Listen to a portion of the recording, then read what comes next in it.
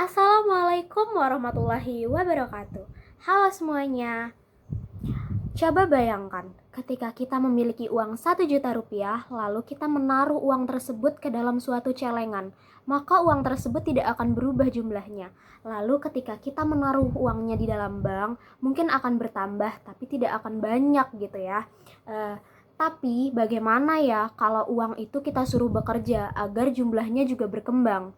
Nah, di sini nih saham sama obligasi itu berperan. Mungkin kita udah sering denger ya, saham sama obligasi itu ada di berita ekonomi, sosial media, bahkan di aplikasi investasi yang sekarang udah bisa kita download nih di handphone kita masing-masing.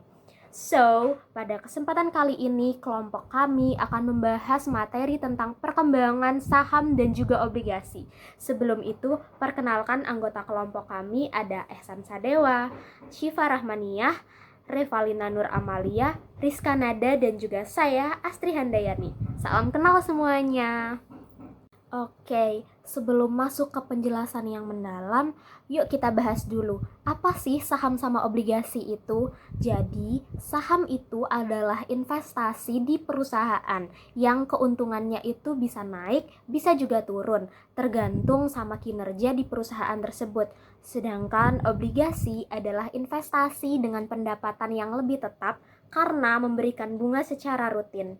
Next, penjelasannya akan dilanjutkan oleh teman saya.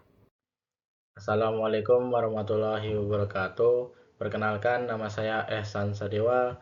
Jadi di sini saya dan teman-teman saya akan mempresentasikan tentang perkembangan saham dan obligasi.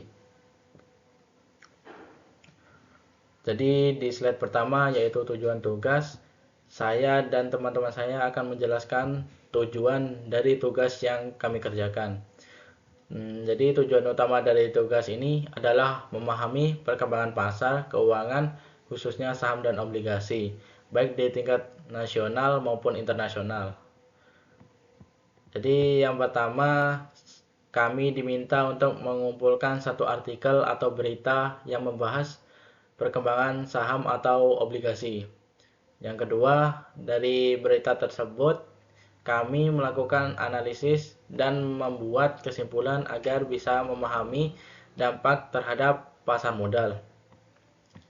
Yang ketiga, kami juga mengumpulkan data harga saham dan obligasi dari suatu perusahaan selama minimal 2 tahun terakhir, sehingga data yang digunakan cukup relevan dan akurat.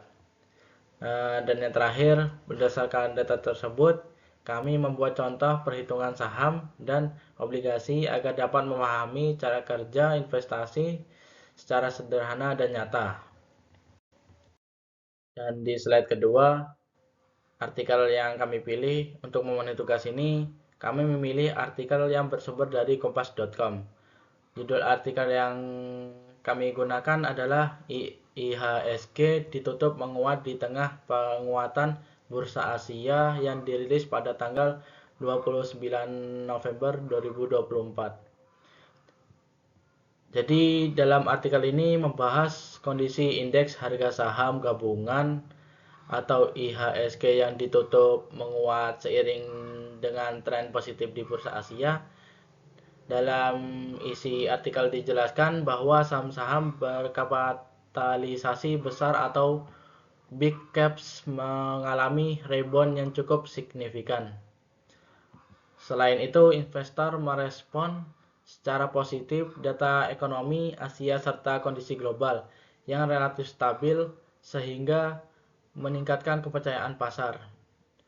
Dari artikel ini dapat disimpulkan bahwa pergerakan IHSG sangat dipengaruhi oleh kondisi ekonomi regional dan sentimen inventory terhadap situasi global. Di sini bisa dilihat kalau kenaikan IHSG nunjukin kepercayaan investor ke pasar Indonesia lagi naik. Penguatan bursa Asia juga ngasih sentimen positif ke pasar domestik. Terus, saham-saham berkapitalisasi besar yang rebound nunjukin kalau investor mulai berani ambil resiko lagi. Data ekonomi global yang stabil juga ikut ngedorong pergerakan IHSG.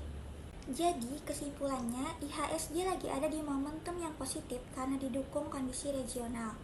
Pergerakan harga saham, terutama di sektor-sektor utama, nunjukin adanya pemulihan pasar. Investor juga mulai manfaatin peluang kenaikan harga buat masuk lagi ke pasar. Apalagi kondisi global yang mulai membaik ikut ngasih dukungan tambahan ke IHSG. Lanjutkan presentasi dari teman saya.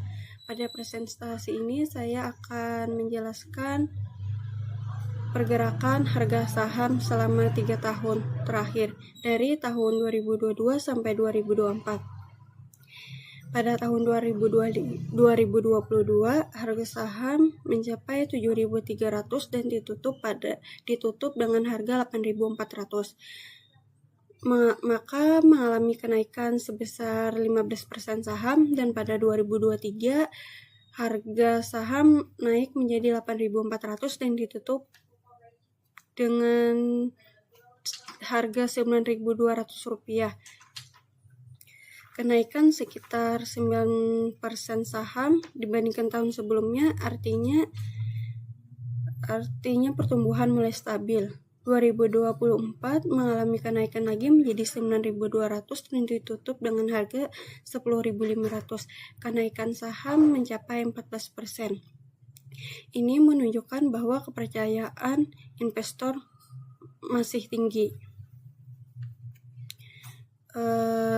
Kesimpulan dari tabel berikut, saham BCA cenderung naik secara konsisten dari tahun ke tahun, sehingga cocok untuk investor jangka menengah sampai jangka panjang. Selanjutnya saya akan menjelaskan contoh perhitungan saham. Simulasi keuntungan investasi saham. Investor membeli saham BBCA sejumlah 100 lot sama dengan 10 lembar. Harga beli itu 8.400, harga jual 10.500. Keuntungan per lembar itu kita bisa menghitung dari harga jual dikurang dengan harga beli sebesar R2.100. Cara menghitung total keuntungan menyeluruh, keuntungan yang sebesar 2.100 kita kalikan dengan 10.000 lembar saham sama dengan 21 juta. Sekian presentasi saya, akan dilanjutkan oleh teman saya. Nah, pada materi sebelumnya kan sudah dijelaskan dengan data harga saham serta perhitungannya. Kemudian di sini saya akan melanjutkan dengan data obligasi serta perhitungannya. Di sini pada slide ini jenis obligasinya yaitu surat utang negara atau SUN 10 tahun dengan periode 2022 hingga 2024. Pada tahun 2022, yield obligasi berada di 7,1% dan harga obligasinya yaitu di 98. Kemudian pada tahun 2023, yield turun menjadi 6,5% dengan harga naik ke 100. Kemudian pada tahun 2024, yield kembali turun menjadi 6,3% dan harga obligasinya itu naik ke 102.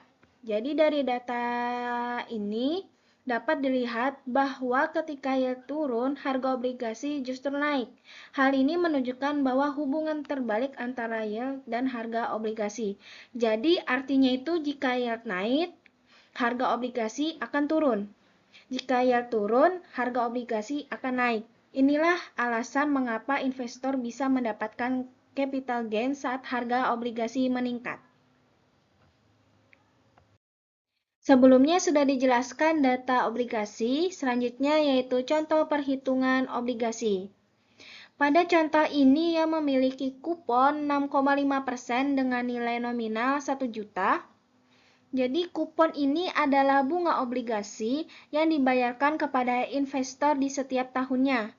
Karena kuponnya 6,5%, maka perhitungannya yaitu kupon dikali dengan nilai nominal. Jadi 6,5% dikali dengan 1 juta sehingga didapatkannya yaitu 65.000.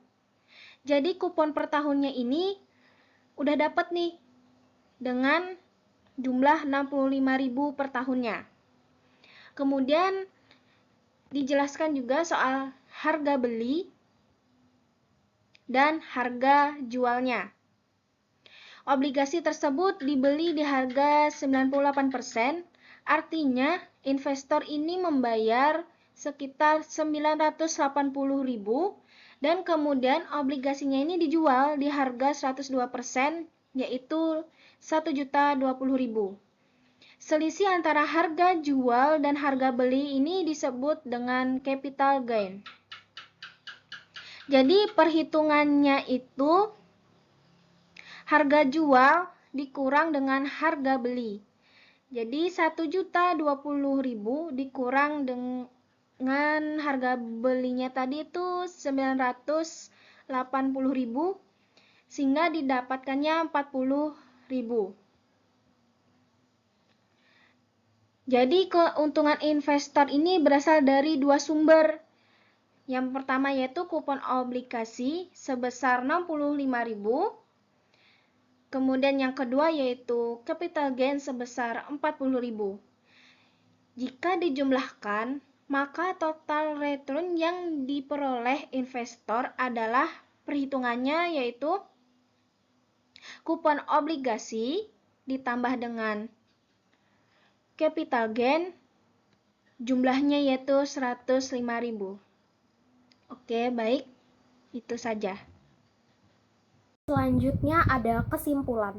Sebagai penutup, dapat kita simpulkan bahwa perkembangan pasar saham dan obligasi sangat dipengaruhi oleh kondisi makro, yaitu inflasi, suku bunga, dan sentimen global. Artinya, kalau kondisi ekonomi lagi bagus dan stabil, pasarnya juga cenderung ikut positif dan juga sebaliknya. Yang kedua, saham mengalami penguatan selaras dengan perbaikan kondisi ekonomi regional. Jadi, ketika ekonomi suatu wilayah berkembang, perusahaan-perusahaan juga ikut tumbuh, dan hal ini bikin harga saham itu juga cenderung naik. Yang ketiga, obligasi menunjukkan tren stabil, cocok untuk investor konservatif.